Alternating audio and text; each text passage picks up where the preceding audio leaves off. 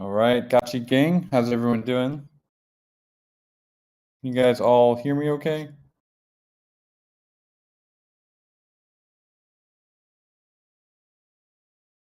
GM. All right. Hey man. GM. Hey. Let me just go live here.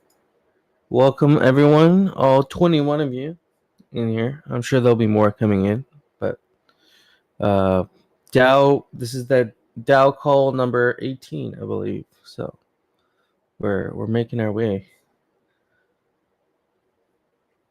All right.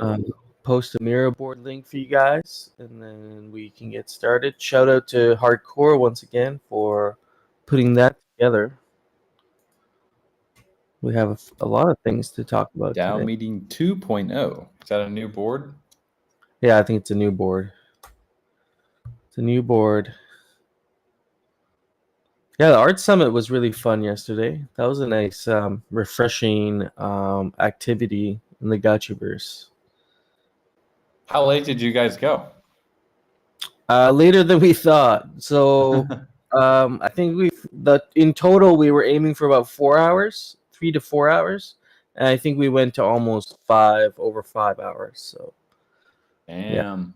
it went on for a while, man, but it was valuable. It was nice hearing everybody speak and hearing Zbot talk about everything, and conversations with Master Yang and Nine Kong. It was all very big brain stuff. But today, Any big takeaways or things that you? fake gotcha is going to be like a historic thing in crypto. I think that's honestly my takeaway. Is fake gotcha is a start of a grassroots movement starting from gotcha. So.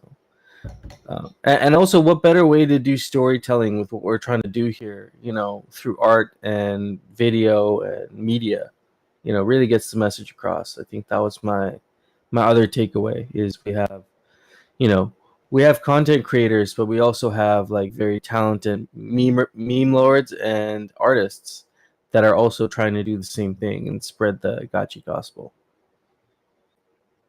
That's right. And so, yeah, shout out to all those creatives and artists that are maybe in the shadows. We don't see them all the time, but they're there. They're working. GM, everyone. I think a good way to start this morning is maybe just go over old business. See, usually we go for props at the end, but there's some props open right now. Still in voting. I think still open for another 3 days, I think. Maybe a little bit longer, 5 days. And so we can just quickly go over those. There is just a hackathon, Morales hackathon, that we can touch on. And then the new business is, we can talk about the bonding curve. And I know somebody touched on the art contest. Versus Vegas, I don't know about this post. Again, like that sticker says, I don't even know like what that is, or I'll have to look into that. Utility growth for ghost holders or fun platform to spend ghost. Okay, so it's an idea. We can maybe talk about that if we have time. And then also, if you're up to it, Coder Dan, maybe we can talk about iTraits as well, if people are feeling up to that, if we have time to at the end there. But it'd be nice to talk about those as well. Continue trying to get some consensus in our community around that. Okay, so old business. I got my Miro board. You guys can follow along. We're also live streaming. I know ZombieShepherd has a live stream going on there. Thanks, Penske, for getting that up. Okay, so modifying the channeling window. It seems like keeping the quorum hasn't been met on that one yet. I don't think it has since this was made. Modifying the channeling window is proposing that we're able to move from that 5 p.m. reset for a lot of people.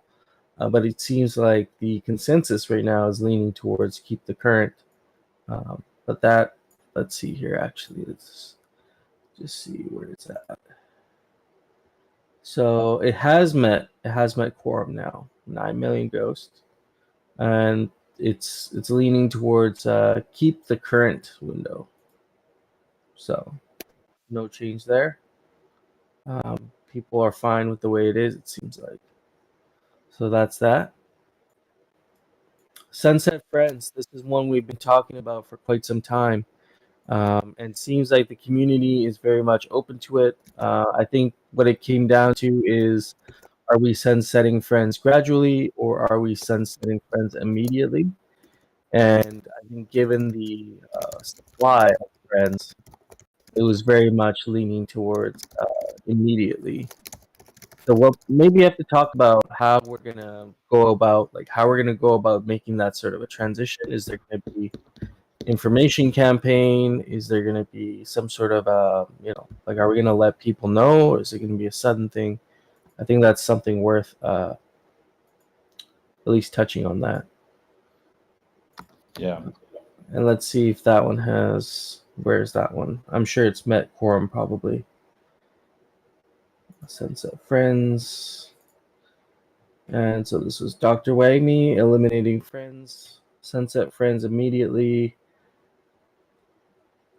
It has met quorum, so sunset friends immediately. So we need to know, okay, if we're sunsetting friends, what are the implications of that if we do nothing and we just do it and not tell anybody? And what are the what can we do to maybe let people know, make a transition, as opposed to like not saying or doing anything.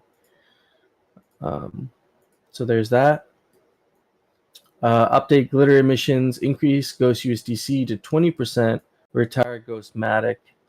And that kind of ties in with this transition that we're making. And that one, let's have a look here. That's Agate 41. Update glitter emissions. And that one has also met quorum. Says yes, increase the reward, and remove Matic. So that shouldn't be too hard to. That's just a matter of an implementation, right? That's all good. Setting limits on the number of Aavegotchis allowed per wallet address. And so this is another one we were talking about quite a bit. And the consensus, I think I remember at the time, was limit to number of gotchis plus parcels. So let's see where that one's at. And that one has also met quorum to limit to market number of parcels plus one, which across the board people thought that was pretty fair from the conversations we were having.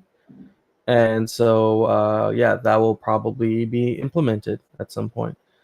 And so there we go. Those are the current active proposals. It seems like they have, for the most part, all of them met quorum. So it's a matter of if you want that sweet XP, that's 80 XP, I believe, for those. So go and get your vote in, because they will pass, so you will get your XP there. Add DAO liquidity to Ghost Alchemica pairs. When can we see an implementation for that? I guess you guys have a lot going on, so understandable. Yeah, well, it's going to be a busy, probably 1 or 2 weeks to get all these new proposals. We want to make sure we don't miss anything. Yeah, there's a lot of backlog at this point. There's a backlog of implementation, and that's that is what it is. It's all good. Deposit 3 million Treasury Ghost into Aave. This was a core prop, I guess. Did this one pass? Yeah, I believe it did. And then we were basically, as Pixelcraft, we do not want to be like, we currently have multi-sig custody of the DAO funds, but we don't really want to be the ones going and staking and doing things like that for the DAO on behalf of the DAO. It's sets a bad precedent. So we were working with the DTF and setting up the extended DTF multisig.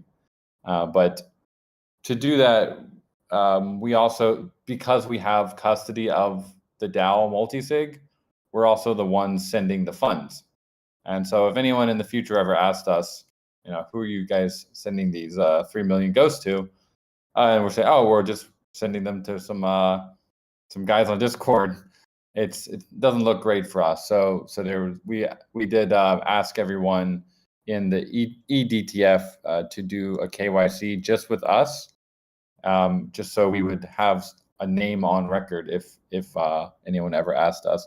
So there was a little bit of controversy around that, and I think in general, pretty much everyone was able to do that, but there were a few that didn't. So I think we were trying to get a 15 signer multisig with, I believe it was 11 or 12 signatures required, and haven't checked in a while, but I think there was we were a bit short of that.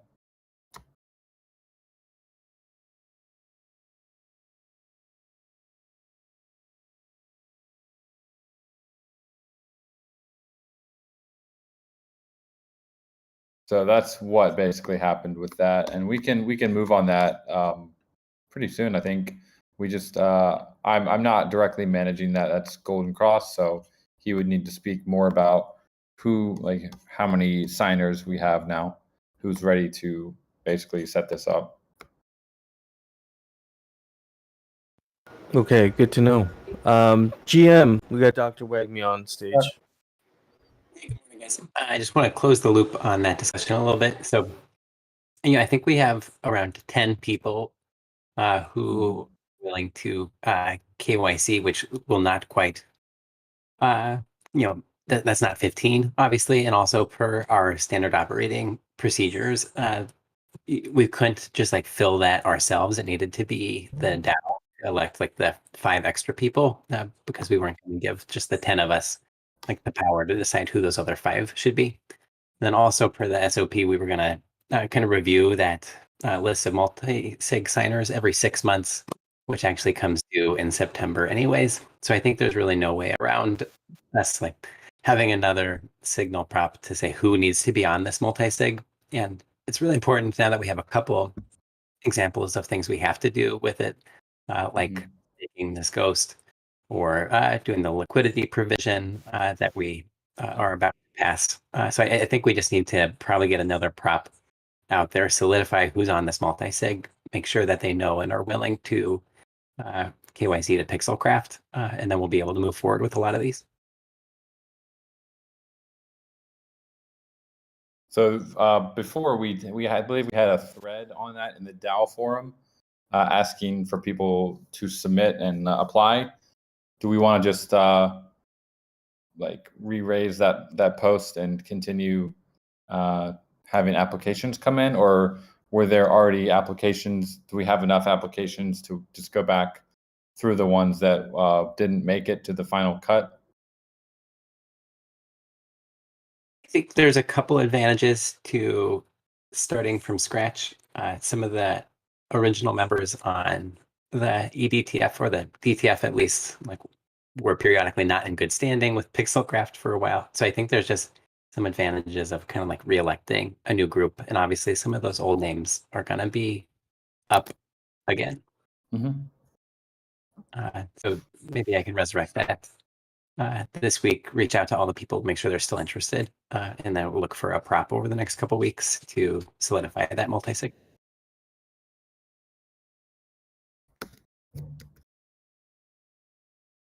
Yeah, great. All right, so we should be able to move pretty quickly on that. We'll have maybe a SIG prop and the final core prop within a week or 2. Cool. Right on. Thanks.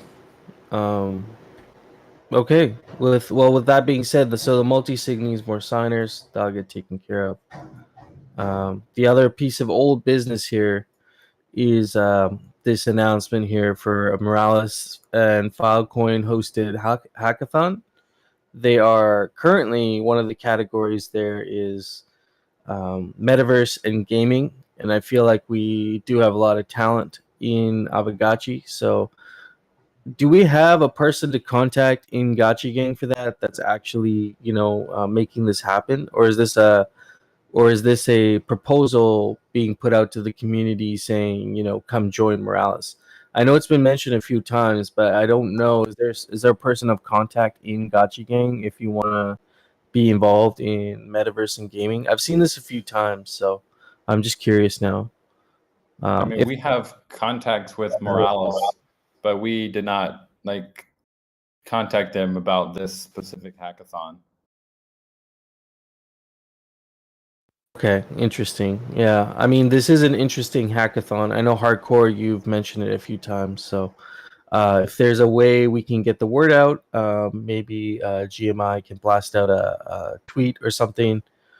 We can definitely get the word out in our community, at least if there is someone interested or a group interested to take that on. But I know you've mentioned it a few times, so if you want to gather a group together, we can try find ways to support y'all to go there and see what you can build. But I don't really know the specifics on, like, this is not my idea. So okay, so you're organizing people. Okay, cool. Yeah, right on. I appreciate that, and we can get the word out for you on your behalf as well, and see if we can get more people together for that. It'd be cool to have Gotchi Gang making appearances at other hackathons. I know Morales is, they've worked with Aavegotchi stuff before. Like, I remember watching a tutorial and stuff. So it'd be cool to see that. So that's old business. That kind of takes care of that. Unless you got something to say about that, hardcore, we can move on to our new business. I think do you want to address the bonding curve discussion? Do you want to continue discussing that in the forum before we bring that forward? I think we can have a small discussion on it, but just your thoughts and get some other people's thoughts on it. But There was that post by Rune today, just talking about a path forward potentially for DAI to essentially remove all the real world assets from their books and become more of like a floating currency. I was reading through the comments. It was trying to find a timeline. It sounds like they're thinking of something within a 3-year period. so from my understanding, DAI is they over collateralize their coin, but they have a bunch of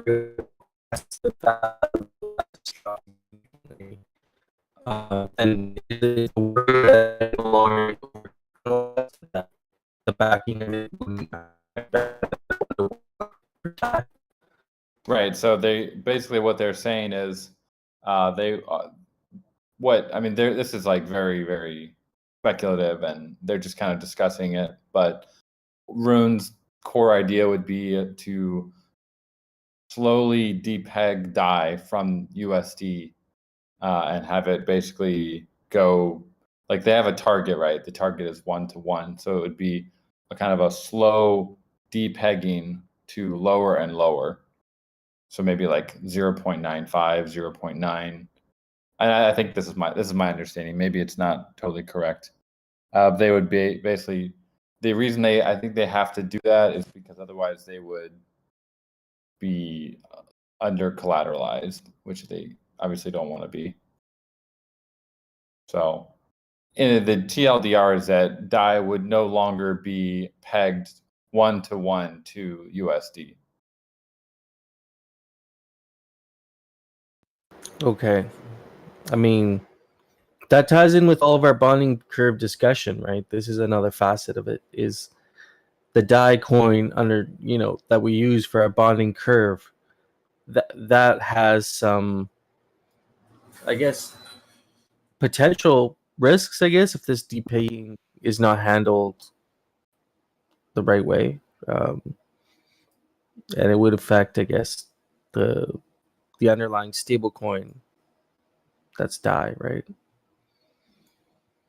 Yeah, so basically we've pegged Ghost to DAI, and DAI is pegged to USD. So if DAI becomes less than USD, the price of Ghost would within it wouldn't mean like 1.3 Ghost.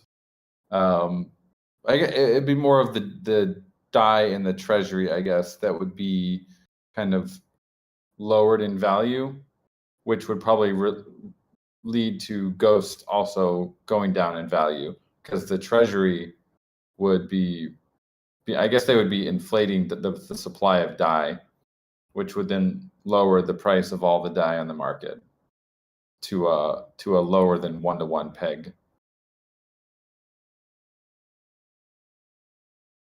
So that's the main concern, would just be that all that DAI in the treasury, currently we know that the treasury is 1-to-1 with USD. There's 35 million or so, however many million in the reserve, and that reserve, if they start depegging to lower than $1, then that reserve would mean less than $1, which would mean our market cap, for example, wouldn't be quite accurate because it's based on DAI.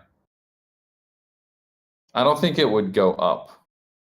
I don't think that the price of DAI in terms of peg to USD, at least the way he is describing it, it doesn't sound like it would go up in terms of USD price. It would probably go down. Damn, that's interesting. I mean, it puts into question then, like, what should the treasury be denominated in if it wasn't DAI, you know?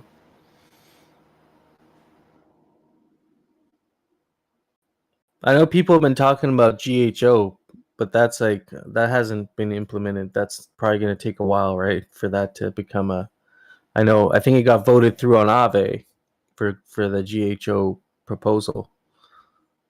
But GHO, is that supposed to be pegged to something?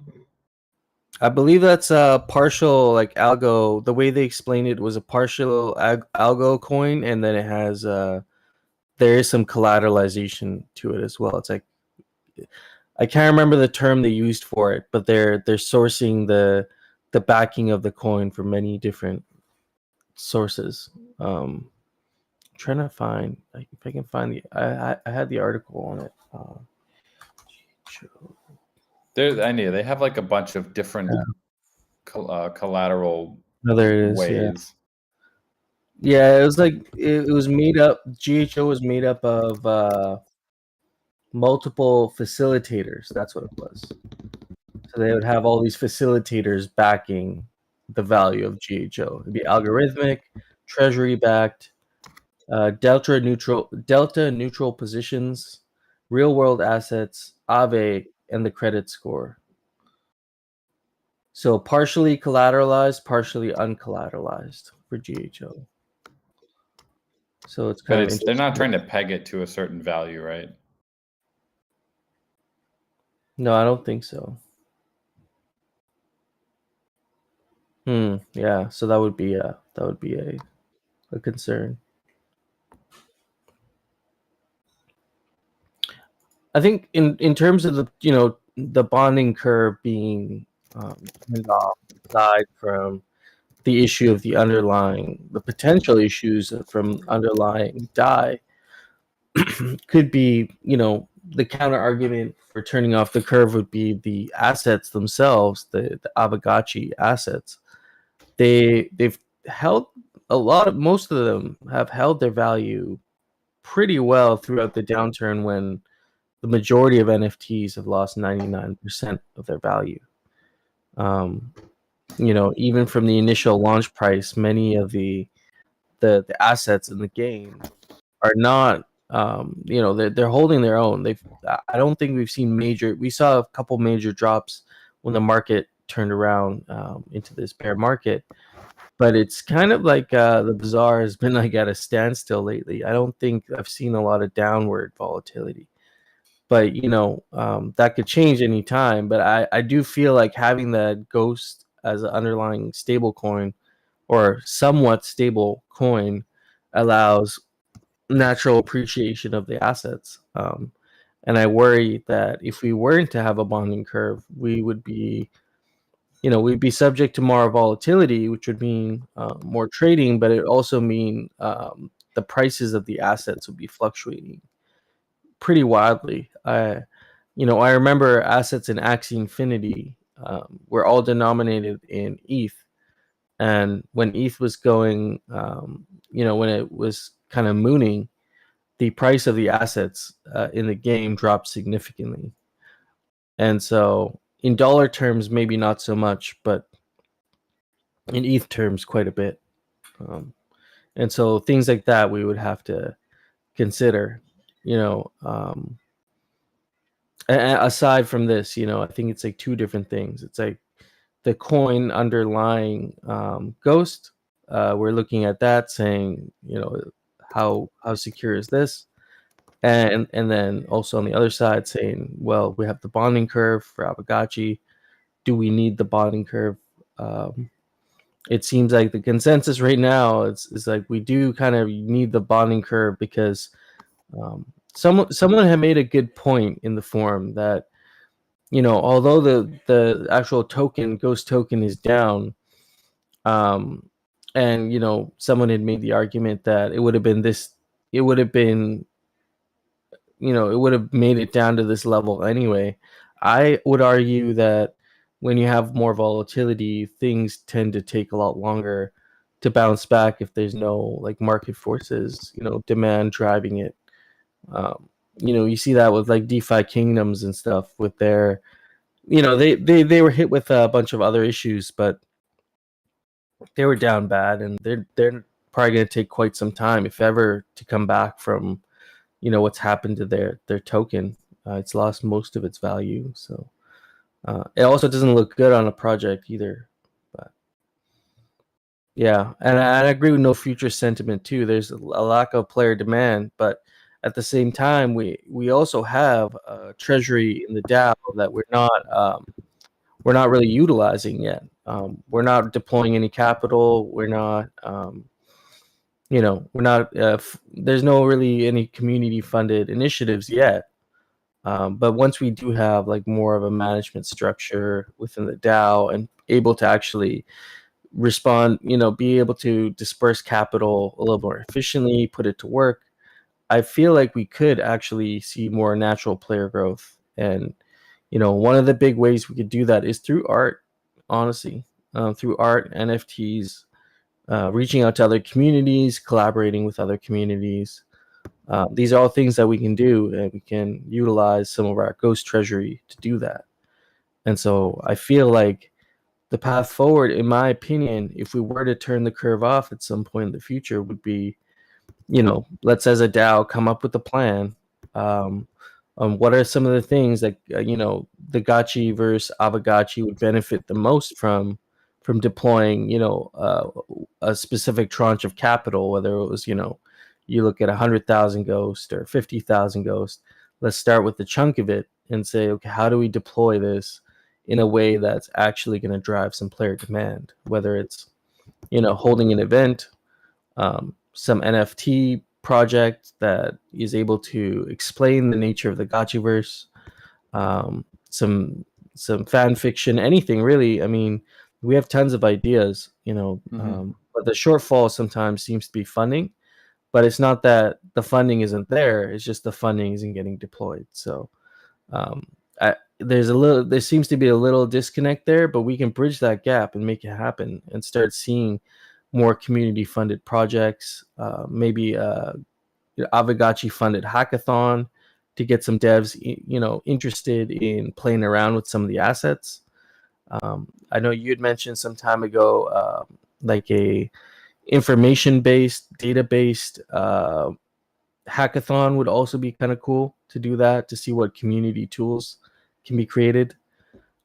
These are all things I think that would bring some more attention to our project, especially during the bear market, where there isn't a whole lot of free money floating around for people to come and actually do something and earn. So that might be a really good opportunity to set up something like that. If we're able to use that, treasury and drive player demand, then maybe the bonding curve issue or the bonding curve concerns aren't going to be as significant, because the assets will now, the value of the assets in the game will now be supported by players, player-driven demand. And so then maybe there won't be as much of a need to rely on a bonding curve to help support the ecosystem and provide some stability to assets in the ecosystem. So that's just my take on it. I'm not opposed to any of those things. I think we have people in our community that have, they're exercising good oversight. So none of these decisions need to be made immediately or anytime soon, but it's good to have this conversation now. And that's kind of my take on the whole thing. I've been reading on the bonding curve, and how it works, and reading the posts, and very like big brain conversation there. So yeah, I think we're headed in the right direction by having a conversation around it, but also we should look at if it's player demand that's the issue, then we have plenty of firepower we can use to remedy that, and maybe bring that gotchi vibe back, and start putting things out there. Yeah, funding community initiatives. Ooh, I like your idea you just dropped there. NFT based stablecoin. Do you actually have like some big brained idea of how that would work? I'm just interested now. Just randomly thinking about it. Just like it would be kind of a chicken and egg situation, I guess, because you'd have Aavegotchis as the collaterals for the stable coin, but Aavegotchis then would be valued in the stable coin. No, yeah, the Aavegotchis themselves will become stable. Yeah, it would require a lot of liquidity, but the main crux of this is that if we take away Ghost, then all of our assets are suddenly valued in something else, which could introduce a lot of we just become another NFT ecosystem that is reliant on the price of Ethereum for value and everything, and then people have to constantly adjust their prices in the bazaar. So I mean, all the other NFT projects have it. It's just there is something special about Ghost and being able to have that kind of consistent valuation that isn't too erratic all the time. Yeah, being in those other NFT communities and buying in ETH, it can be rough sometimes, because you might be saving up for an asset, and then the price moves up significantly because the price of ETH moves up, and so not as obtainable sometimes. I've ran into that issue before. So yeah, that's my main concern as well, is how does it affect the assets in the game and the asset holders. That would be my biggest concern with anything regarding the bonding curve, turning it off. So and also we should make sure that we have a good plan. If we're going to turn it off, we should make sure that we have a well thought out fully comprehensive plan moving forward to replace it with. This shouldn't be like a Medicare, like a Medicaid kind of plan where they say, well, we'll get rid of the old thing, but we don't really have a new thing. We'll figure it out as we go. Yeah. I think that would be the right approach. We should make sure we have a fully comprehensive, well thought out plan of what's going to replace it if we were to ever do that. And will we still make this decision in a bull market? Probably. I think in a bull market, it would probably be the best time to make that decision, because you actually then have more liquidity in the market overall, and people tend to take on more speculative positions in bull markets. Not to mention that GameFi, and not Aavegotchi specifically, but GameFi is still very much in that speculative category. That's how a lot of investors view GameFi stuff. Is it is a little bit, they view it as a little riskier out on the on the risk curve when you're looking at everything else you can put your money into in crypto. But I think the secret sauce of Aavegotchi is inherently because of the Ghost token. out of all the GameFi projects, I would probably feel comfiest, buying Aavegotchi assets because they might not decline in the same way in a severe downturn. Yeah, as Dr. Wagme puts it, and I tend to agree somewhat. As a gamify project, we are kind of a high risk, like low reward, as it's in terms of the ghost. So people view us as like, oh, this ghost token, like it's not a moonshot, it's not gonna 100x, and it's also probably not gonna go down like 90%. So, but being in the GameFi space, there is this perception that everything is high risk. So people are inherently looking for high risk, high reward kind of projects. They come across Aavegotchi and they're like, what is this? It's like a high risk because there's smart contract risk, there's ecosystem risk, there's regulatory risk. And then like they look at Ghost and like, oh well, this token's like probably not going to pump. So why would I even consider like buying it? Then they might not look beyond that to all the different assets that we have and all the ways that you can earn in the ecosystem. And that's where I feel like we could have some more marketing initiatives, community-funded marketing initiatives, to help push that stigma out a little bit and say, hey, look, we are the gaming project in GameFi that is, we are taking risk out of our underlying ecosystem token. But hey, if you're willing to take risk and go for high risk, high reward plays, here are some plays in our ecosystem that you could definitely give your shot at and make some significant returns. I think that would be the kind of the play there, is to maybe address that stigma, because I think we are a little different in that sense, where the token is low reward, high risk, technically based on the all the inherent risks around GameFi, but the wearables, the land, all those things have a high potential to become really valuable. We heard people say that yesterday too, with art being integrated into the Gotchiverse now. Certain types of land, even the way people build out their land parcels, some parcels might be more valuable in the future. But conveying that value and saying this is a high risk, high reward play in the Gotchiverse, that's something we can still work on, and through community funded projects, get the word out on that.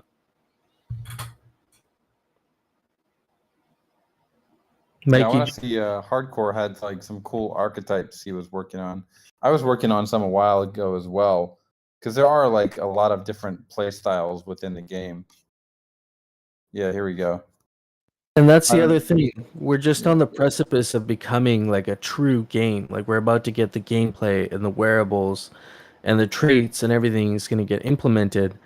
That's I feel like we're going to get a lot of attention as a game, because up until now we haven't got a lot of attention as a game. There's some farming that goes on in the Gotchiverse, and we've attracted people who know how to farm tokens. But we should really also think about what type of players we want in the game.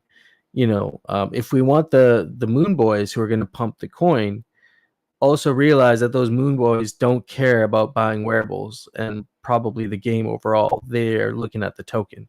And so a lot of that ghost that probably is going to get bought up in a speculative fashion is not going to make its way into buying ecosystem things like land and wearables, and maybe, but maybe not. And I also remember other projects like this, like Decentraland. I remember looking at Decentraland and looking at their land prices like 6 months before I looked at the project, and you could have bought a piece of land in Decentraland for between like $10 and $100, depending on where you were in the in their metaverse. And now the floors are significantly, like exponentially higher than that, and it didn't take very long for them to get there. So when these projects take off, they really do take off. And same with Axie Infinity. When I joined, you could have bought some land in Axie Infinity for a couple $100. Fast forward a year, some of the land in the core of their, like, kind of what we would consider the Citadel. They call it the Genesis City. I think the floor price for the land was over $1 million. And that was just in less than a year, going from, a couple hundred to $1 million. And so when the money does come in, and we saw that during the bull market, things can take off like exponentially, like face melting speed. Mm-hmm. Axie Infinity went from like $10,000 to $14,000 in revenue a week to over $14 million in revenue a week. They became a 50 billion market cap project in less than a year. And so, like, people forget how quickly these things can take off when there's a lot of liquidity, a lot of money to be thrown at these sorts of plays. And so I don't necessarily think pumping the token is going to help the ecosystem, but it will maybe get a little bit of attention on the project, but probably just as much attention on the project once it crashes. You pay for volatility. If you're willing to take the volatility on the downside, you're going to get volatility on the upside. So it goes both ways. And so, yeah, that's my take on it.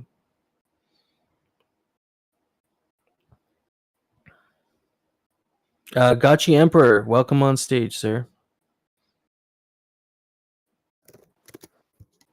Can you hear me? Yeah, I can hear you fine. I don't know. Is Yeah. he talking? I don't know. Can you guys hear Gotchi Emperor? No. Discord's weird tonight. Yeah. It's not as bad as it was last week, but Oh, no future, he said. I thought he could. So, I mean, that's probably enough for the bonding curve discussion. I think it's going to be something that goes on for a while. it's an ongoing discussion, and that's okay. It's good to have long discussions around that stuff.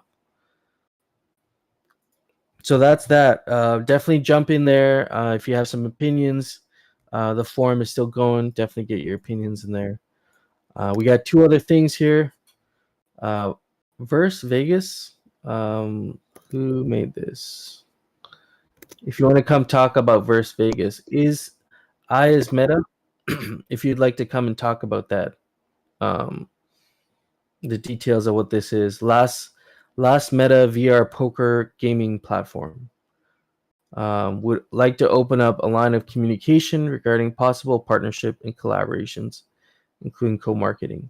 So I felt like this was like just one of those posts that they just like spam it on every forum. Yeah. At least they did add that thing about not leaving the related link there. That was kind of nice, but I figured this was like just some spam post. I almost deleted it, like closed it, but because they put that last line in, I was like, all right, we'll let you stay open. And they started off with "Greetings, dear team," so it's probably a boilerplate. Looks like one of those ads I get 1,000 of them on Telegram every day. Oh man, those buy Bitcoin ads are just terrible. I'll help you trade Bitcoin. Yeah, right. It's always like marketing specialists. It's like BD, and they're all fake. It's crazy. I get probably 50 DMs on Telegram every day, just because I'm a mod in the Aavegotchi fam Telegram. It's a hellhole. That's a sign of making it when you get lots of spam. You're a target. Yeah. Okay, so I think that does take care of boost the art contest. Someone is making a proposal to boost the art contest. I thought the rewards were pretty generous, but let's see the rationale here. DAO funds. Oh, they want to add a few extra categories. Best single spacious design, best single reasonable design, best single humble design, best multi-parcel design, and best mosaic meets farm equipment design. What are your thoughts on those? There's right now just it's first, second, third, fourth, right? Is this? Yeah, this isn't an alternative proposal. It's saying let's do first overall best, second overall best, third overall best, fourth overall best, and then best single spacious. Yeah, I don't know.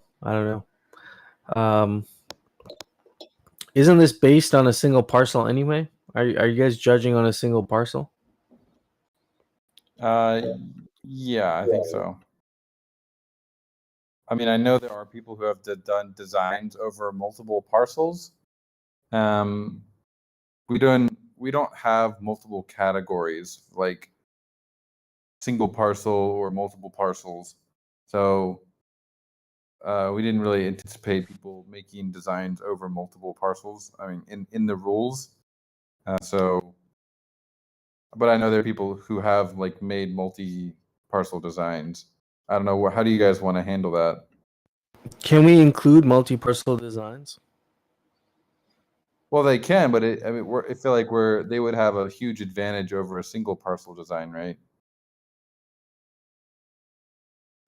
I guess I'm thinking in terms of if someone had like 5 humbles or something, but I guess you're right, because if someone had 5 like spaciouses, now they have a huge canvas.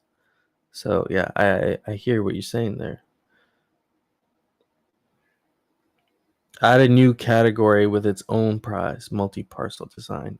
But then if we do that, does that mean the first, second, third, and fourth places won't be judged if they're multi-parcel? So first to fourth will be just only single parcel, and then you'd have one prize for multi-parcel. Is that what that means? Yeah, we didn't include anything about like Yeah. multi-parcel designs in the rules.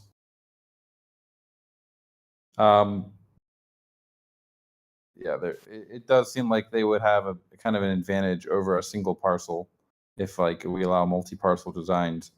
But it's probably already people have built designs around it. Yeah, that was kind of my thoughts actually. I was thinking, hopefully you guys want to do more of these because this is kind of fun to see. And so maybe we have this as like a rolling conversation towards the next one, kind of like how we do rarity farming. So this is already kind of out there. And maybe there's an expectation that's already been set. So why don't we, I don't know, if people are up to it, we can keep talking about this and see like what the next one should look like if you guys are willing to do more of these. I guess if it's if you make your entry multi-parcel, it's gonna need people should judge it with the same criteria, knowing that it is multi-parcel versus like a single parcel. So if I'm able to do something really dope on a single parcel, it's almost like I have kind of a handicap in a way, right? Versus your multi-parcel. So people should try and judge it with that handicap. Are you saying that the spacious parcel would be the handicap rather than having multiple? Because then you can have a size your canvas however you want. I mean that if we don't distinguish between single parcel and multi-parcel entries, I think it would just be built. Yeah, like Musashi says, it'll just be built into the voting. People can, if you think that someone did a really great job with a single parcel, then you could upvote their entry. If you think someone, like if you were comparing two, one really cool design on a single and another really cool design on like 3 humbles or like 2 spacious, you would maybe apply a handicap. But I don't think we can add like a handicap for it. That's gonna, like, we're not gonna manually add that into everything. So I think the rules were not super clear. So I think this first round it will probably just be like a free open process. If you want to submit your entry with 5 spacious, I think that's a lot of effort that went into that. So makes sense to me. Yeah, Tommy Gotchi asks, is there a zoom level of submission so that humbles can be judged similar to spacious? I think it's fine. I guess in that context, it should be fine, right? Yeah, we'll have to be more clear about the next contest with these type of rules. Yeah, I think you guys were going for simple and fun. Just be simple. Um, not the design simple, but the terms of the contest simple. Needs to be cool design, which is what people are expecting. I don't want to rob everyone by saying, "Sir, only a single parcel designs or a specific zoom level." I got a multi-parcel design, so I'd be shooting myself in the foot if I said we should only do single. Yeah. You can be creative both ways, and that's what matters. So just like be creative in whichever way you can, and we'll judge it. But it's everybody judging it too, so you'll have different tastes.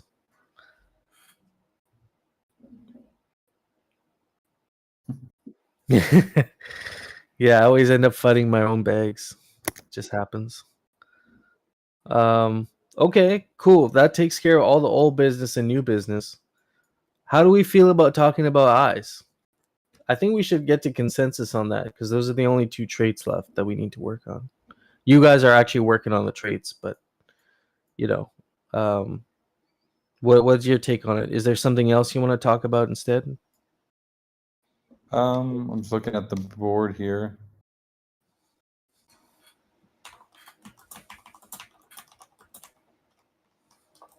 Thought we had a pretty good convo on it last week, and we haven't had too much movement on that right now because we are still working on a lot of the combat, and so eyes haven't played a huge part.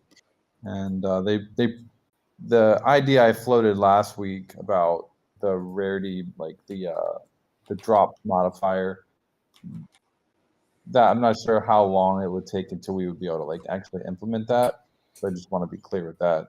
That when that kind of mechanic will be, it could be implemented very quicker. But I was originally thinking that would probably be more of like a dungeons feature when we finally get to that in the grid. So I just want to clarify that a little bit. But I think it was an interesting idea for sure, because we're looking for something really that is part utility, or no, it's part aesthetic, but also part utility. But that utility we don't want it to be something that doesn't scale well. Like it's easy for the market to put a very clear fixed value on it. So Okay. I mean, I was thinking of it in the same way. How you could have a primary characteristic and a secondary. The primary would be an aesthetic thing because I really do think the eyes aren't represented that well in the Gotchiverse, just given the gameplay style, and you just can't see the eyes so well. So maybe having a part, we have our little when you press shift, there's that trail that comes out.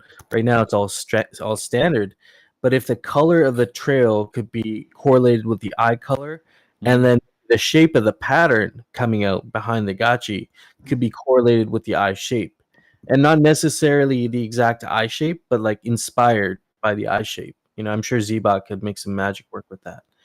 And have like eye shape correlated to the shape of the trail, eye color correlated to the actual color of the trail, and then that would be the primary characteristic that we would just have in the Gotchiverse, and then the secondary characteristic would be implemented at a later time, and that would be a whole different discussion around adding utility or something that could scale for the eyes. That was my thoughts around that.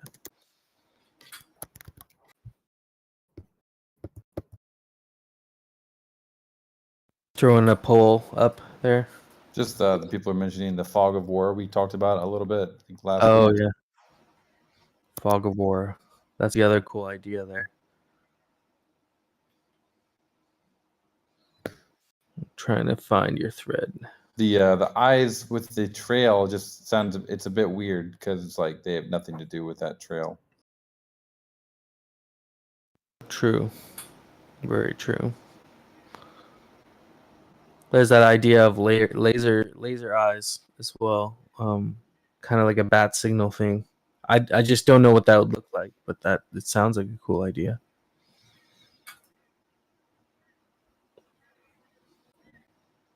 Because Langan says, what is Fog of War? Fog of War would basically be when you spawn, all the areas around you would kind of be, they would be visible in terms of seeing the parcels, seeing the installations, but player positions and Alchemica positions would be invisible until you entered that area in that session. There would be some exceptions to that, which would, like, for example, lights. Anywhere where there's a light, you would automatically have visibility when you entered the game. Lights could probably also be crafted and put on your parcel too. Would be pretty neat. So that's essentially what Fog of War would be. There's a couple ways you can do it. You could do it where the fog comes back after you've left that area, or it could be where after you've left that area, you always have visibility, like full visibility in that section that you've explored. Which I kind of like the latter. I think it'd just be better to always be able to see that area. Reminds me of this game, Command and Conquer. You'd have to build like a base, and everything else would be Fog of War until you go explore it. Then Yep, you'd have a exactly. newly discovered area. Musashi says, I like one eye trait for the Fog of War and one for seeing through walls. So Fog of War only works up until walls and installations, but other trait shows Fog of War to see through the walls. That would be kind of interesting for like lodges and stuff, you know.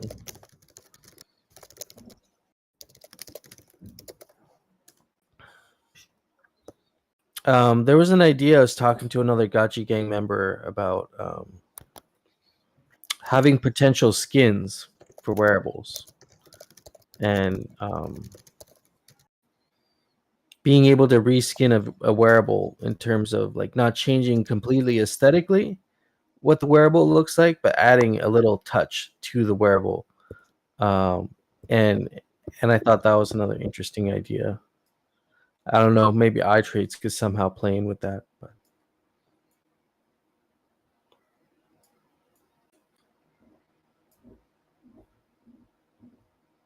Bin Laden, you had some cool designs for potential reskin wearables. I thought those were interesting. I'm gonna switch to the Friends discussion you brought up at the beginning because we didn't really come back to that. Yeah, let's So go. once this core prop passes, it looks like it's gonna pass. So probably next week we will make an announcement with all the channels and let everyone know that Friends are going to be ending pretty much immediately as per the core prop. And so there are, last time I checked, there were about 5 million ghosts doing the single staking. And I don't know if anyone knows who any of those large stakers are. We should try and reach out to those guys. If you know them personally, reach out to them, just let them know. Let's try to make this process easy for everyone, and we'll be doing outreach next week as well to help everyone move over to the glitter staking and WAP Ghost. And we're also going to be working on the snapshot voting power that everyone we voted on with the core prop.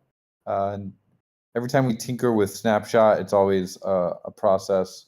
And also our team's just been really busy with V2 trying to get a version out of that. So that's why there's been a delay on that. If anyone in the community, like you guys don't need to wait for us to make these PRs to snapshot. Like if anyone in the community is capable of doing that or wants to learn how to do it, feel free to reach out because we would love to be able to have the community submit these type of PRs to Snapshot. It's really not that difficult. It just requires testing and some knowledge of JavaScript. Because that would be huge. So we don't have to always be the only single party like knowing how to update Snapshot. If you're a JavaScript developer and more like Node.js, really, that would be really helpful. Because in the future, I mean, not all the proposals that are on the DAO should be implemented by Pixelcraft. Things that can be community led, like community submitted, that's like how it's going to be in the future. So we should start training for that now. I'd be interested in learning that.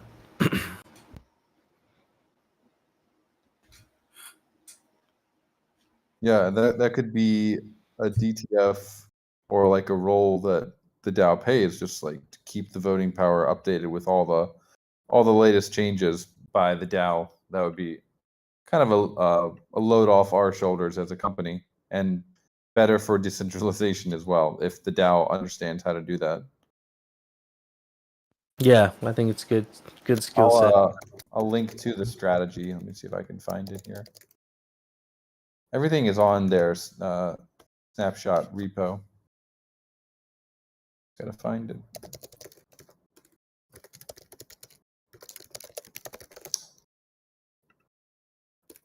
Candoizo has been the one doing a lot of that for Aavegotchi. If you guys know Candoizo, very OG developer, joined Pixelcraft. So he's been helping a lot with that.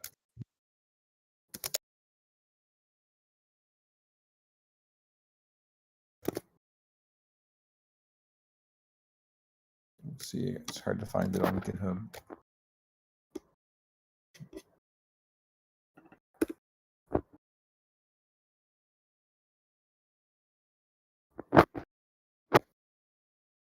So yeah, we'll try to get that updated as quickly as we can, and then for friends, we'll on our side we will let some stakers know that we know, but obviously we don't know everyone who's staking, how much they're staking. So if you know anyone, let's try to make this transition easy for people. Okay, I believe this is the strategy that we use.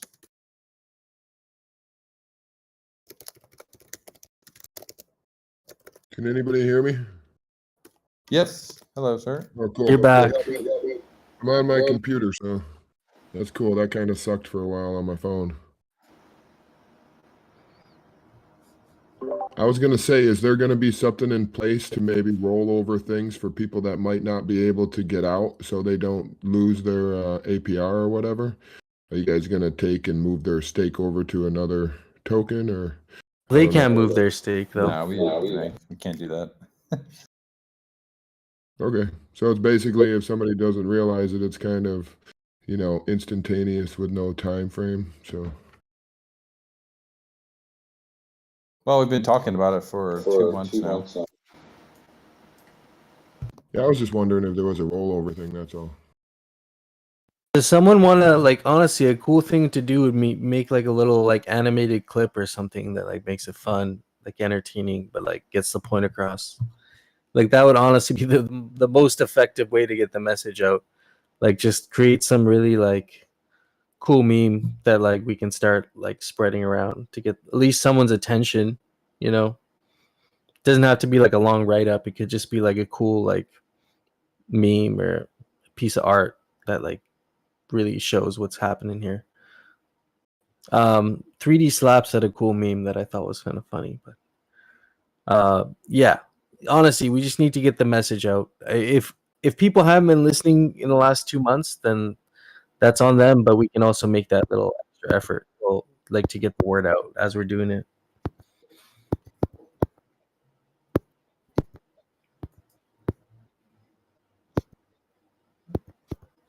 Sounds like Coder Dan's beating up his mic. Oh, sorry. I'm a tapper. Playing drums. I wouldn't call it what do you call it when you're always moving? It's not that. Yeah. I just tap out beats all the time, unconsciously. Yeah, restless fingers syndrome. Restless fingers. It started when I started playing drums, and it just never stopped.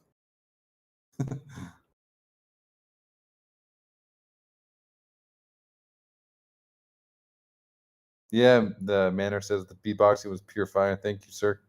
Have to get Cider Dan back on the mic one day. Oh yeah, Cider Dan killed it. It was amazing. We actually played it out at the end too when the spillover was dropping. Yeah, that was a really cool event. Thank you guys for supporting us with that.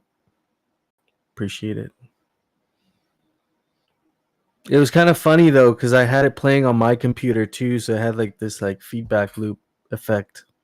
So it sounded like a remixed version. Yeah, that was lit.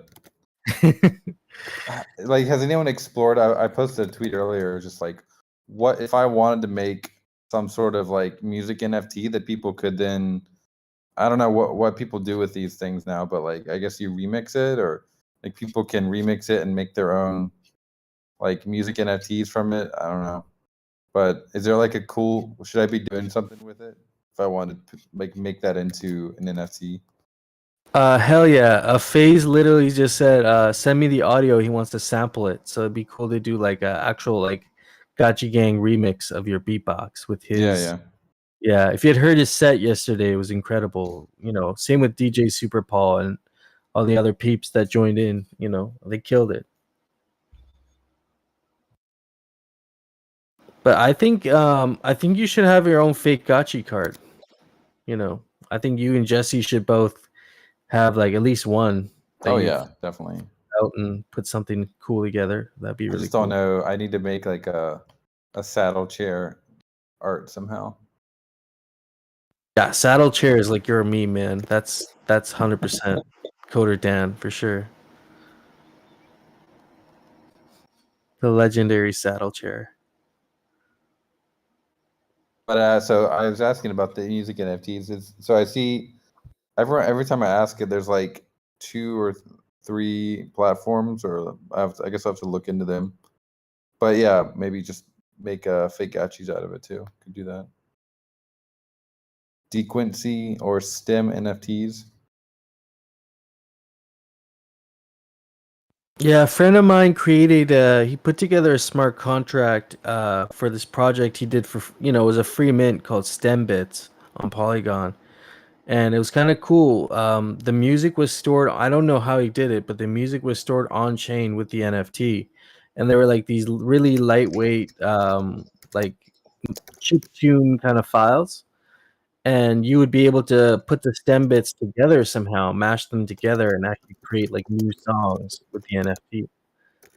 So I gotta talk to him and see how he did that, because that would be really cool to implement that, to have like music NFTs that you can mash together to make a new NFT with the combined. Yeah, that's what I want. Like I wanna be able to like make this as an NFT and then have like what Snoop Dogg did a while back, right? Didn't he made that track? And people, if you use that track in your song, like you can use it because you have the NFT. Yeah, exactly. So people can like buy your track, and then they can use it in their NFTs or whatever. I mean, that's pretty cool. Yeah, I should look into Audius, because it's been like many months now since I've looked at Audius. Last time they were doing a kind of like a Spotify, but with tokenized rewards for like contributors. But I wonder if they've implemented any sort of NFT thing. That'd be cool.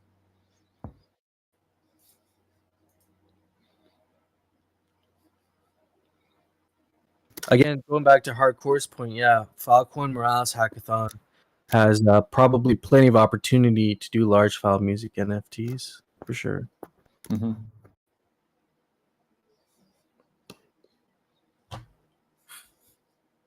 We've been discussing a little bit for the final touches of the NFT displays, and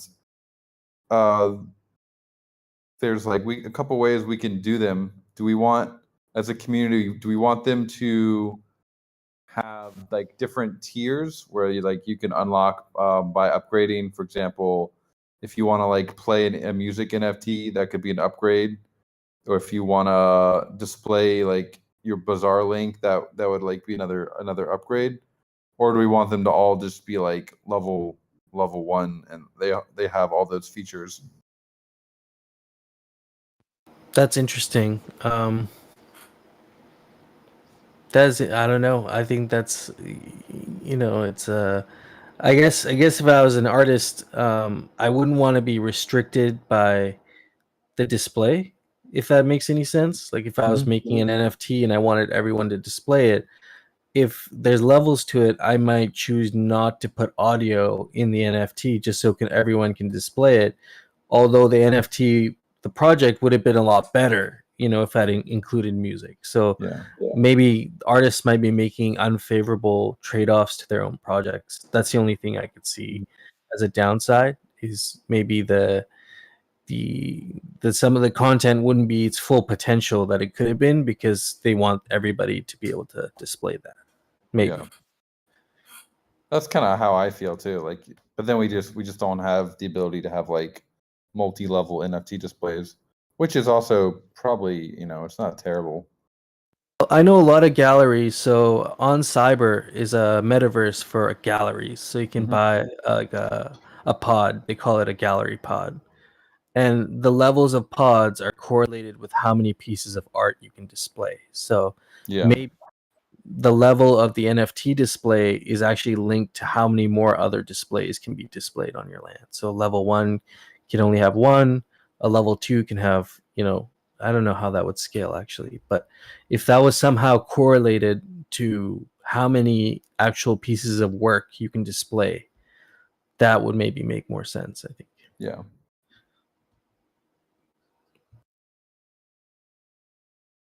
On Cyber is really cool, but I mean their whole metaverse is solely focused around displaying art, kind of like what Mocha is doing, Mhm. and so it's kind of similar concept there. But I could see that being partially kind of implemented in the Gachiverse through our NFT displays, being one facet of many different things. I've already scoped out a parcel for my art gallery parcel. Yeah, what I'm excited about for Aavegotchi is the potential where you can hold an event in the game, and eventually you'll be able to drop tokens for people attending that event in the game. Like, hey everyone, like come to my event. I got some Alchemica or some token that I'm planning to drop at this event, and probably maybe have some way to like gate your parcel, right? So people can't come in and like steal all the alchemic like bots or whatever can run in. But this ability to have uh an in-game event while also like distributing incentives for people to come. Kind of like you go to a party in real life and they have like finger food. Yeah, the drop parties was so fun. Like other games too, like in RuneScape, they would have drop parties where it'd be like, "Oh, hey, come hang out, at this specific area in the game," and it would be a guy like running around dropping all these weapons and stuff, and it'd just be fun. People spamming the chat, and we could add another layer of depth to that because we have art, we have the ability to add performances. It could be like a whole thing, a whole, like you said, like a whole event.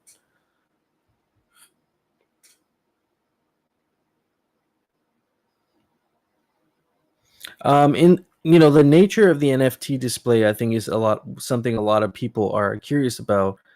If you would be willing to drop a little alpha on us, like what do these, like how we'll be able to see the art?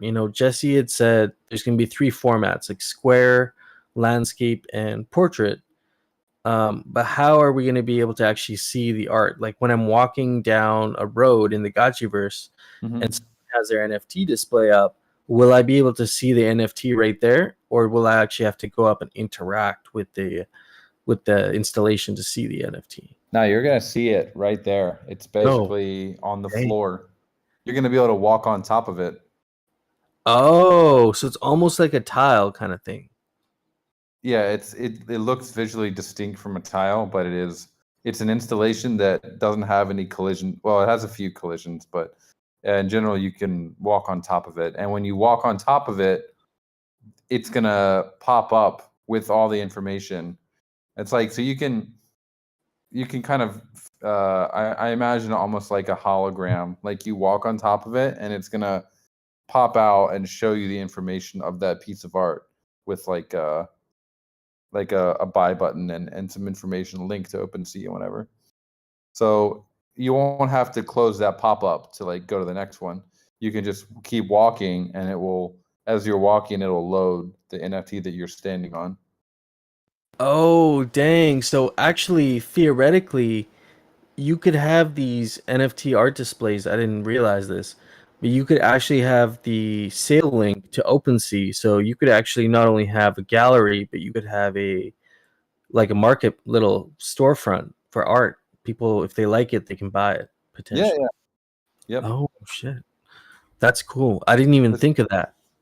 I didn't even yeah, think. the cool part is like fake gotchis will be linked directly to the bazaar. So if you have like your fake gotchis event, you can have a collection and you can get everyone and like have your in-game event and people can buy it right on the spot. Or you could have an OpenSea link as well. But fake gotchis will be right in the bazaar. Oh man, that's amazing. That's really cool. That's something I don't even think exists in a lot of other metaverses yet. So, like, I don't think Yeah. you can do that in Sandbox. You actually have to go to like the bazaar, their like store Yeah. to like buy stuff. I think in That's like cryptovoxels, they support external links, which is not hard to do. yeah. And it's something we can also do. Like if you click the OpenSea link, you probably don't need to actually leave the Gotchiverse. It can just open it right there. Like that's been done already, I think, but it'll be a layer, a little bit more of a deeper integration with the bazaar because it'll be happening like right in that window. And when it's over, the art will like disappear from the NFT display because it's not owned by that person anymore. It's owned by you once you've bought it.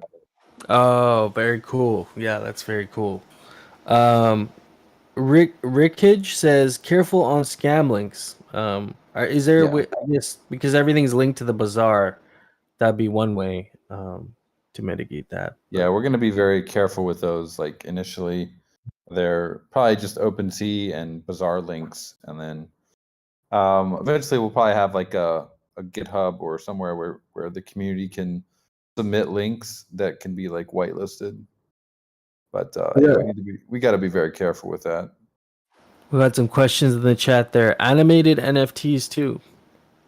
Are we gonna have if it's an animated NFT when you walk on it, is it gonna play the NFT or play the whatever? Yeah, like a Oh. GIF or a MP4 probably. And because these are stored on Arweave, 100 megabytes, you could theoretically actually have a short clip, like it could be like a 2 or 3 minute thing, and it might still actually work then. That is very cool. Tamigotchi asks, does the music play when the user steps on the NFT display? These are still some questions we'll be experimenting with. Okay. But probably once we've been working on the localized sound. So when, like with the fountain, when you get the closer you get to it, the louder it would get. But if you imagine, you can't have like we wouldn't want to have that kind of like ambient sound for a parcel that has like 10 NFTs on it. It'd be pretty messy. So probably Yeah. would be when you walk on it, it would play the sound, I guess. Yeah, exactly. I think that would be the right approach there is, when you walk on the NFT, you get to see it.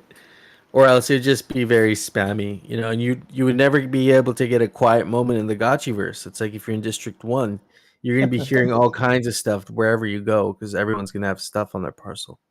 So, can you speak on the size of these NFT displays? Like, in terms of like, is it the size of like a golden tile, or do they vary in size?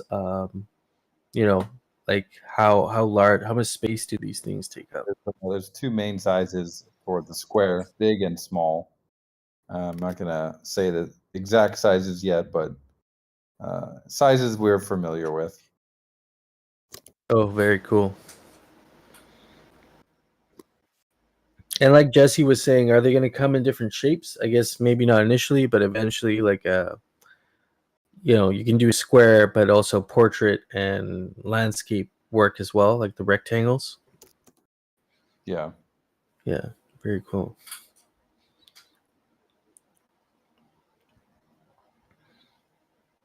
Yeah, or Ben Lagan's idea. You can slap 3 down right next to each other, and make a mural. That'd be cool. They are gonna have an edge to kind of give it a visual distinction from a tile. But if maybe we can have an edgeless version in the future. And the cost is a good question. How much do you guys think these should be? Lots of alpha involved in making them. That's what I think. Yeah. Like all the social features, it seems like a lot of alpha is used. So yeah, a bunch of alpha and kek. I agree. It's not really a mechanical, going back to what you said, like it's not really a mechanical impetus kind of thing. It's like more of a social / flex rarity kind of thing. So, that sounds like something that would be built with alpha and kek to me. But if there's not going to be levels, it should be expensive, right? If there's going to be levels, then maybe the first one can be incremental and then the second one can be more than that and then so on. But if it's only going to be the one kind of level, static, this is what you get. Yeah. Then I think it should be expensive. Then it should be quite a bit, I think it should be expensive enough that you have to consider it if it's worth like displaying your art, if that makes sense. Like you don't want people just like spamming with like 100 NFT displays and then have a bunch of crappy memes on there. Like that's just not going to be very good quality. Like it should be enough that you think about, if you actually want to have multiple on your parcel. Like if you're going for an art gallery, maybe you're going to splurge and spend all that money and get a whole bunch. But Hardcore says, it seems like there should be multiple levels with different features. Yeah, that's pretty much what I was asking at the beginning. There's a couple different features. There's like, basic display where you can display your art, and obviously the size will obviously those are size is something that you can't change that with an upgrade. Like the size of the thing is fixed because it's on the on-chain grid, so you can't upgrade something and make it bigger. And then audio, whether or not it plays audio, how many pieces there are, those could all be upgrades that or they could just be kind of built into the level 1, and there's only one level.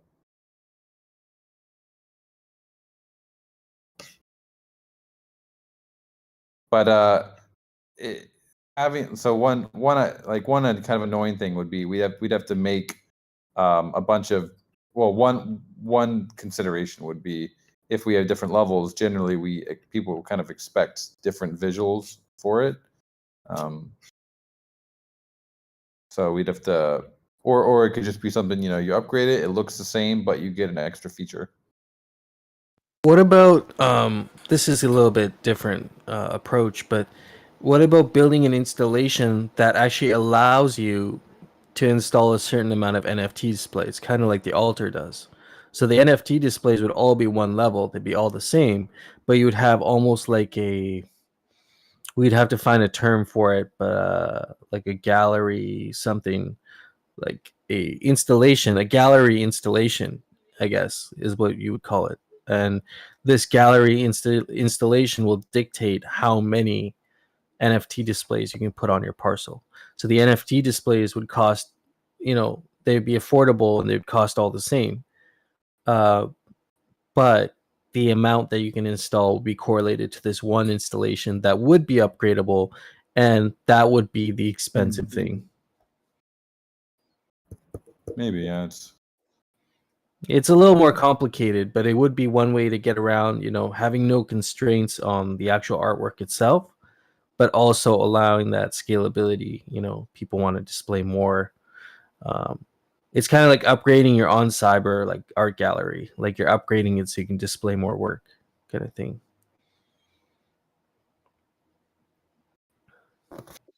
Yeah, because if you say you had like 10 NFT displays and you wanted them all to have sound, say that was an upgrade, you'd have to upgrade all 10 of them, which could be kind of annoying. It almost makes sense to have a general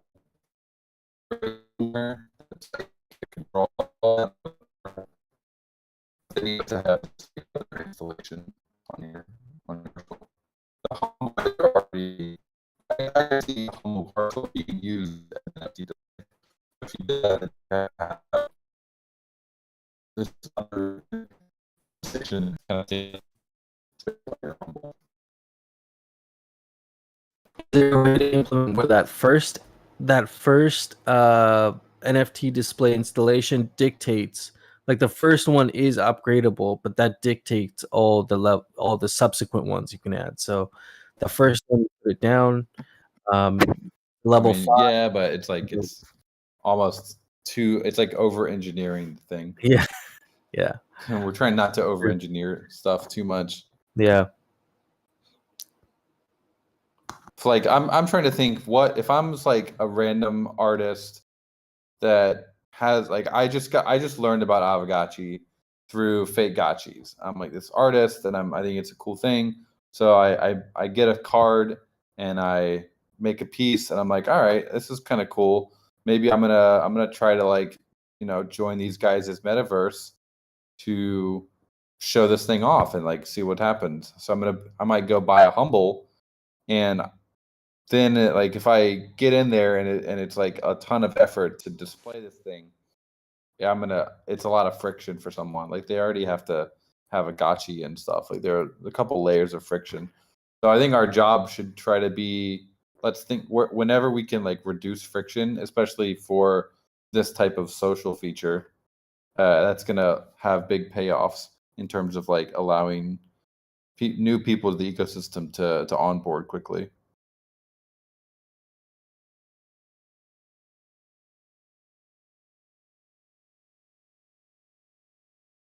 Yeah.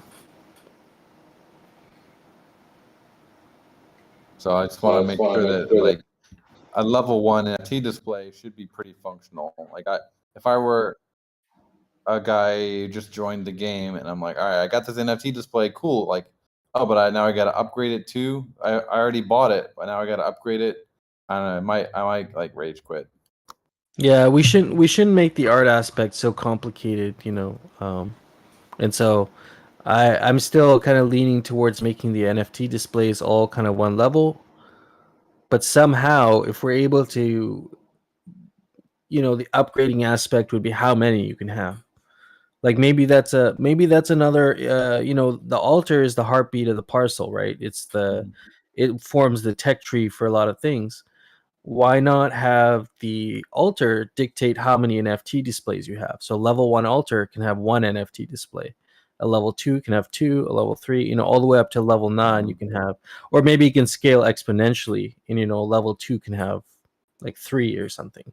I mean, again, if you do that, then we're probably not planning to make the altar a prerequisite unless like people think that we really do want to make it a prerequisite, because otherwise, again, you can't have an art display the size of a humble because you've got your altar on there.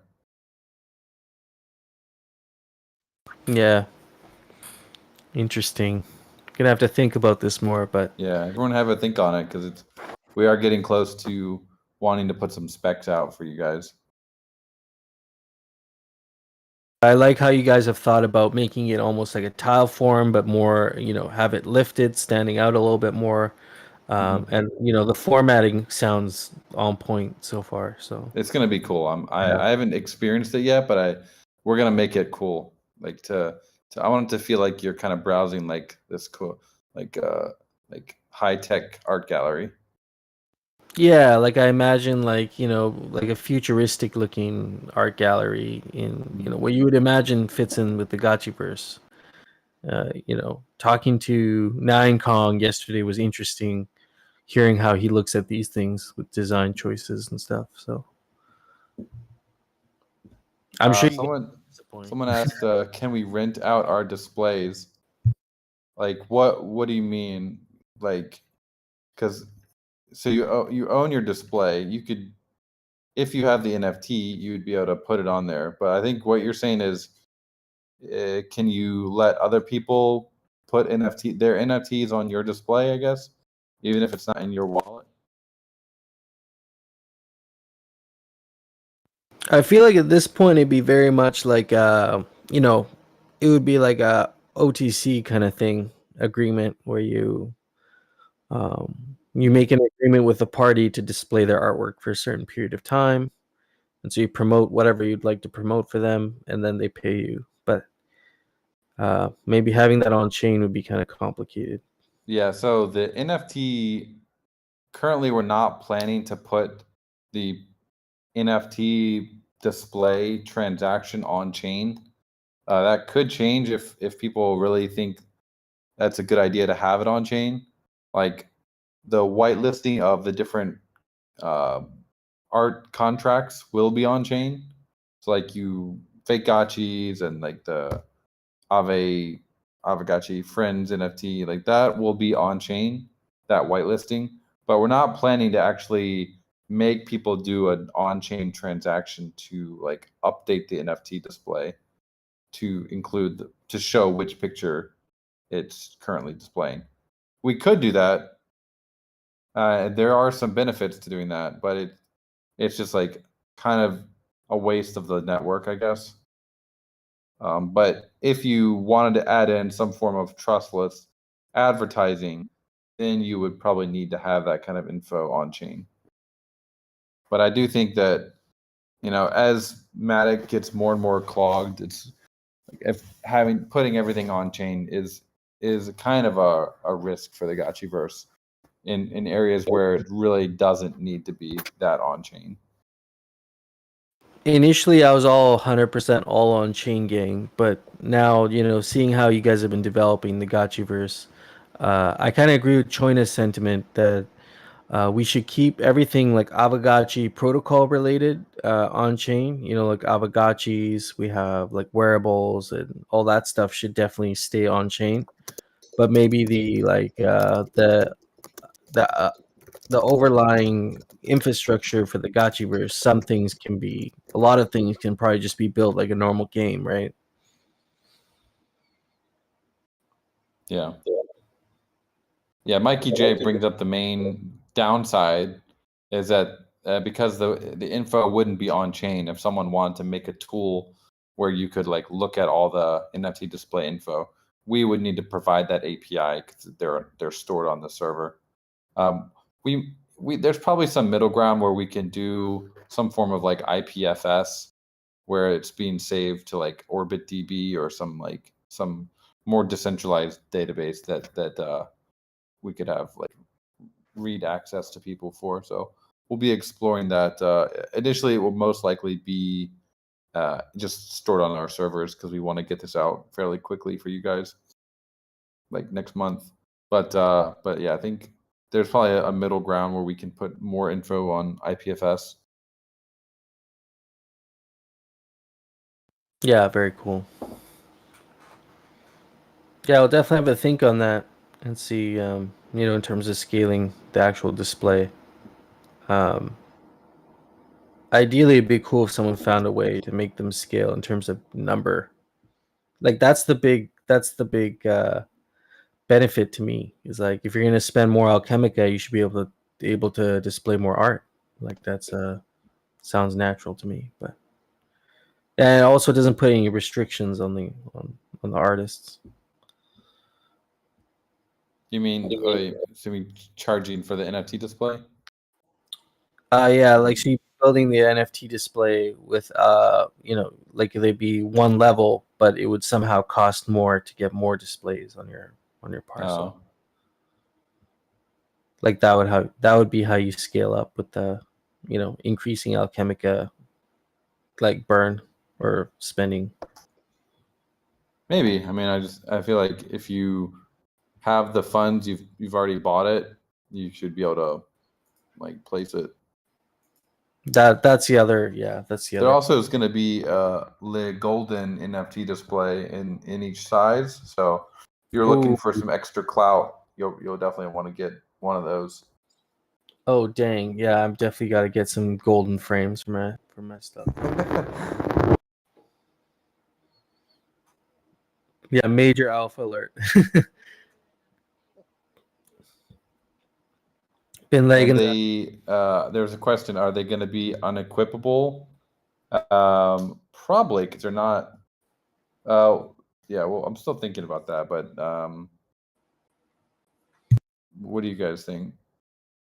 Like they're kind of like decorations in a way, but they're also installations. Like they do something.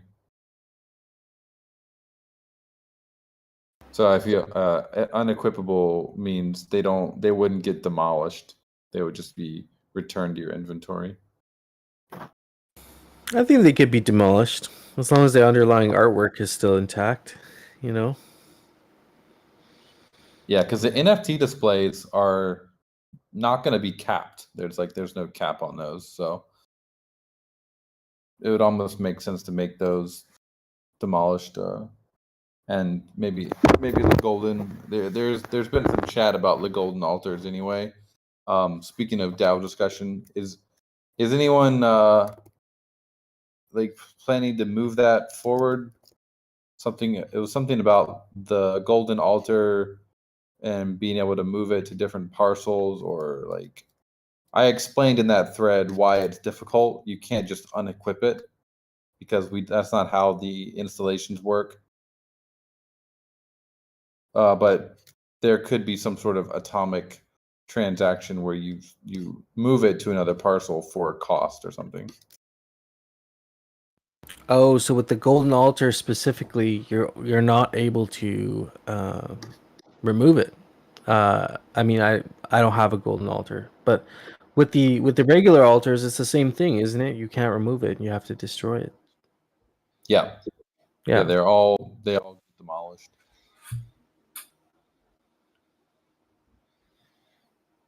Yeah, I think what happened initially, and we can definitely bring it up. I think this moving the altar was put up as a SIG prop initially, but now there's a thread for it. So we can still talk about it. Yeah, the altar being movable does introduce a lot of kind of issues because if there's no cost to it, you're basically just getting a free altar once you've mined your parcel. The NFT display, I could see that being more like a decoration because it's not farming related. I mean, the farming related stuff does sound a little bit more complicated to me. Like if you had a level 9 altar, you know, aside from the fact of it being an altar, but if you removed that from your parcel, what happens to all your installations? Do they get destroyed as well? Because, you know, now you have, like, you can't just put a level 1 Right. altar down now, right? You have to build it right back up to not level 9. So yeah, the tech tree won't let you like remove your altar unless everything else has been removed. Yeah.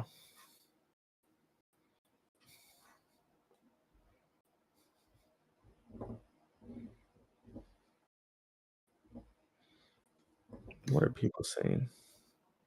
Flame's asking, how are we going to let artists know about fake gotchis? We're doing quite a bit of outreach, but I mean, this is an organic, community-driven art project, so it's going to also be up to you guys to just, everyone do your part, and let's help onboard some new artists into Aavegotchi, some new artists and their fan base, and we will be having a new mode soon where you can kind of just join the Gotchiverse as an observer.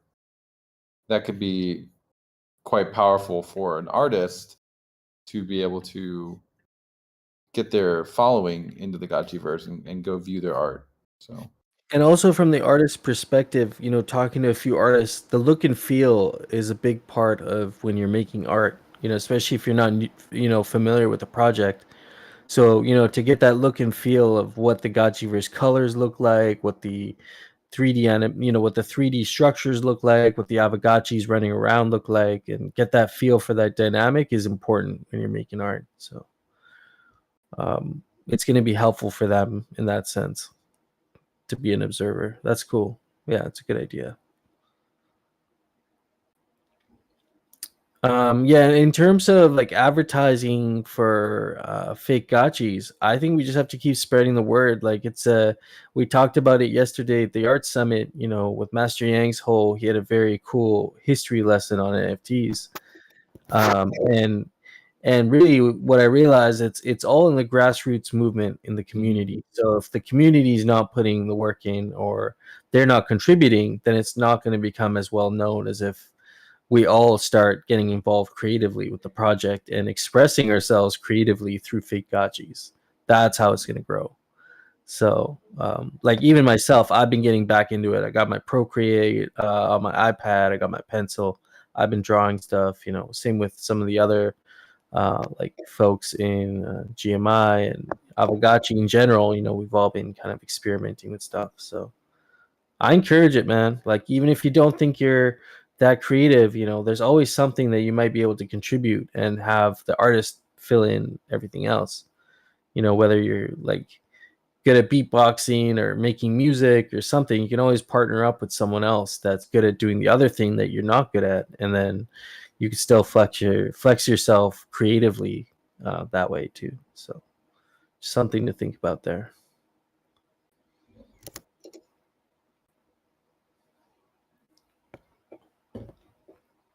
What are people talking about in the chat here? GAs. Flame says we should get bots and proxy accounts. I think you're I feel like you overestimate the power of the Twitter bots.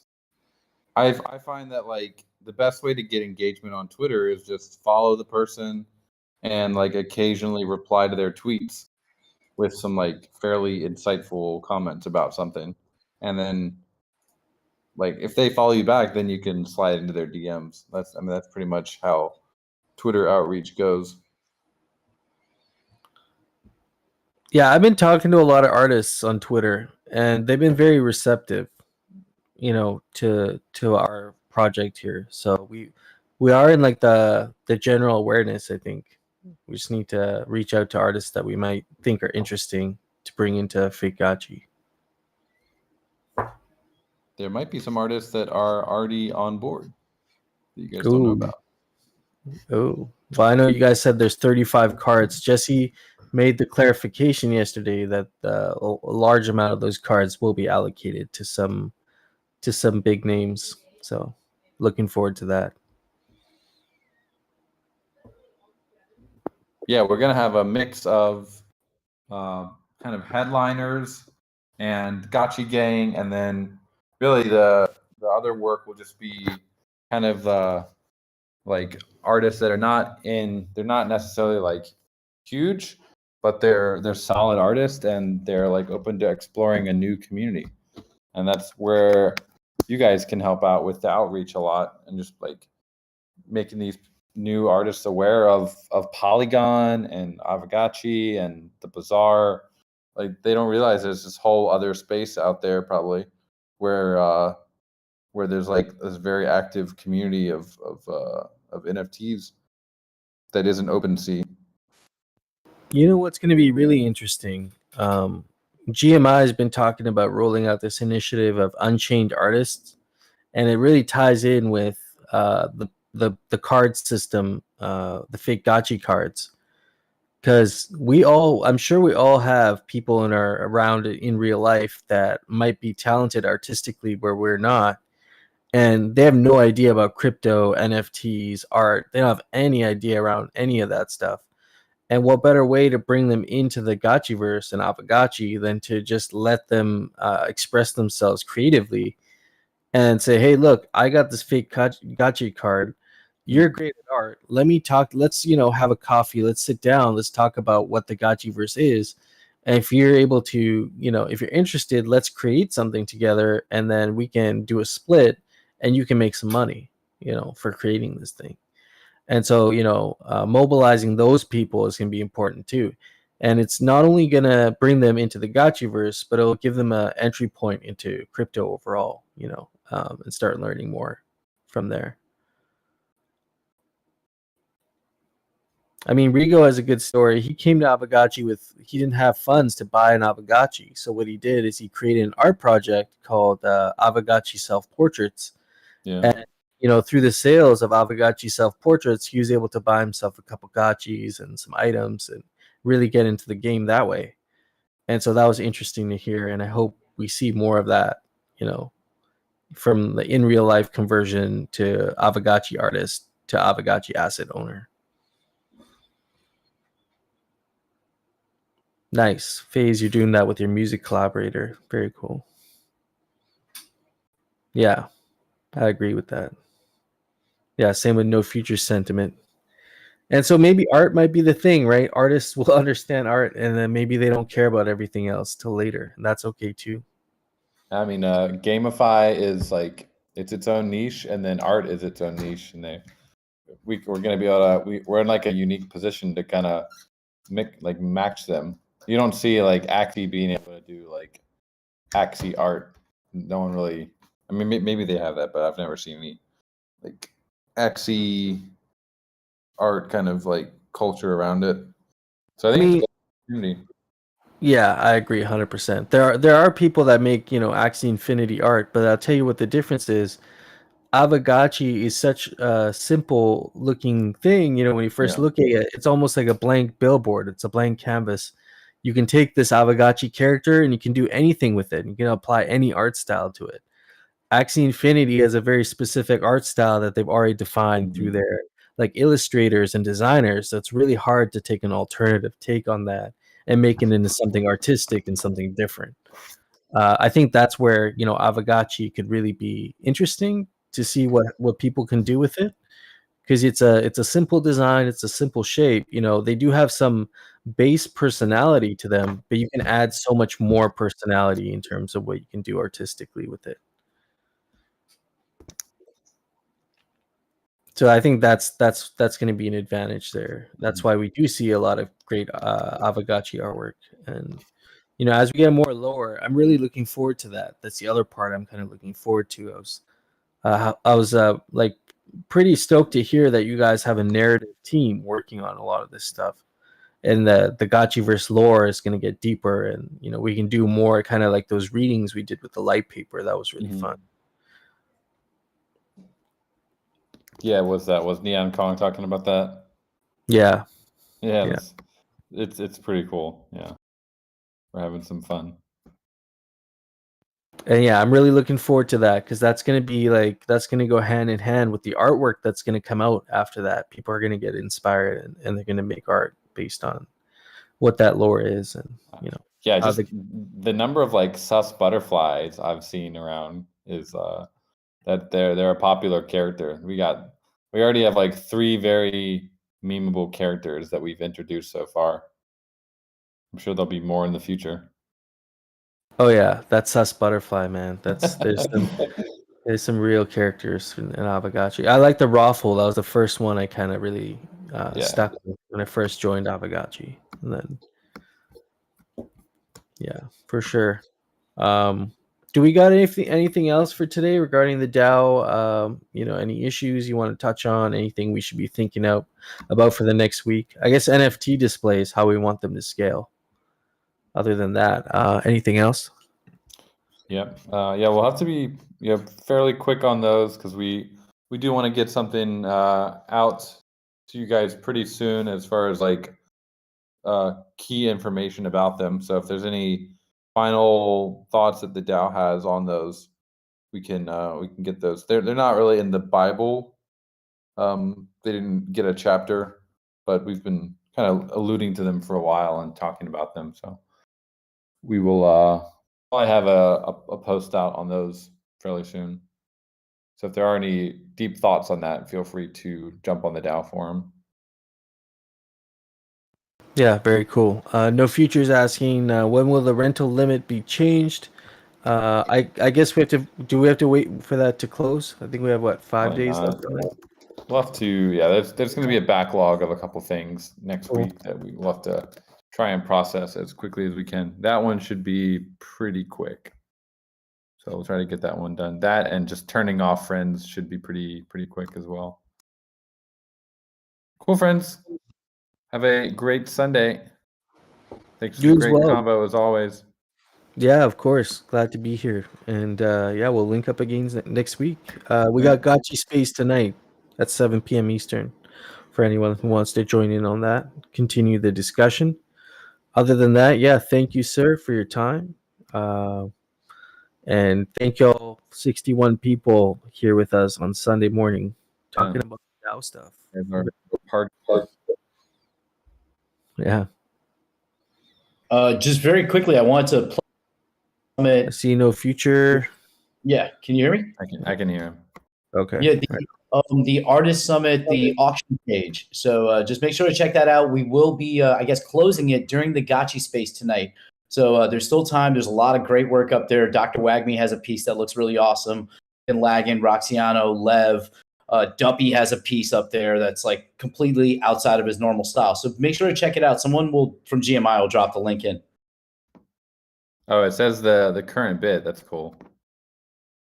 Yeah, there's a ticketing system in the GMI Discord. Basically handle it manually. So if you're interested in any pieces, drop your bids in. Just don't drop too many because I'm trying to win a whole bunch. So what time is it going to end? I believe it's going to end at the end of the space tonight, the Gotchi space that starts at 7 p.m. Eastern. That usually runs about 2 hours, but Hefe probably knows better than me.